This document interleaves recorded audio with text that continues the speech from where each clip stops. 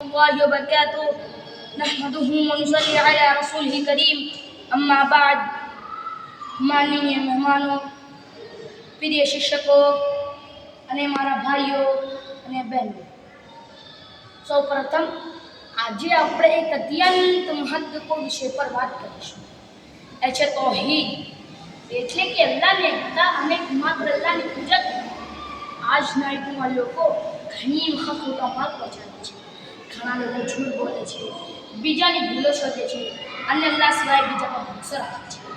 આવી સ્થિતિમાં તૌહીદ આપણને સાચો માર્ગ બતાવે છે અને આપણું જીવન શાંતિપૂર્ણ અને સુરક્ષિત બને છે।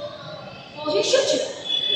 તૌહીદનો અર્થ એ છે કે અલ્લાહ એક માત્ર છે અને કોઈને કોઈ જગ્યાએ પૂજા ન કરવી।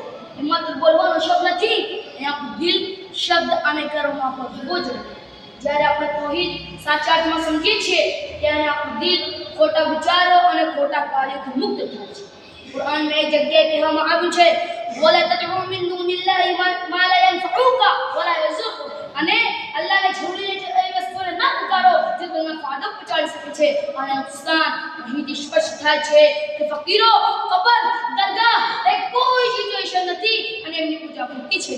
ઘણા લોકો માને છે કે કબર પર જઈને ફકીરોની પૂજા કરવાથી અલ્લાહનો અસર મળે છે, કેટલાક લોકો સજદા પણ કરે છે, માને છે તે ત્રીજી ઈશ્વર છે, પણ હકીકતમાં કોઈ મૂર્તિ પ્રમાણે વ્યક્તિ પાસે ભવિષ્ય બદલવાની શક્તિ નથી અને પૂજા ખોટી છે।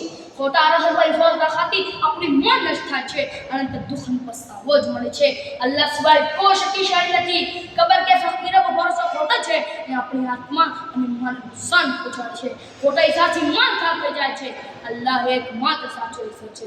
અંતે દુઆ છે કે અલ્લાહ અમને